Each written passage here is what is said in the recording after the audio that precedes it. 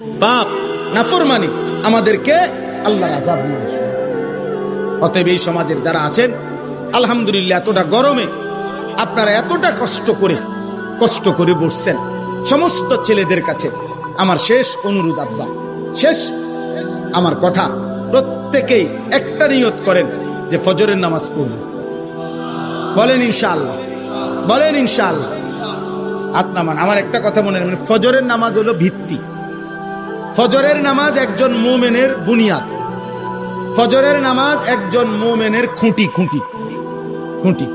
এজন্য হাদিসে আছে, নবীজি বলছেন, ফজরের নামাজ পড়া মুনাফিকের জন্য কঠিন। বিশুদ্ধ হাদিস, ইমানদারের জন্য সহজ। এজন্য ফজরের মুসল্লি, তার ঈমান মজবুত। আলহামদুলিল্লাহ, আলহামদুলিল্লাহ। হিম্মত করলে পারবেন।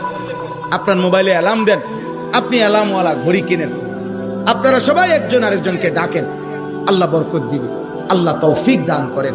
গুনাহ ছাড়েন।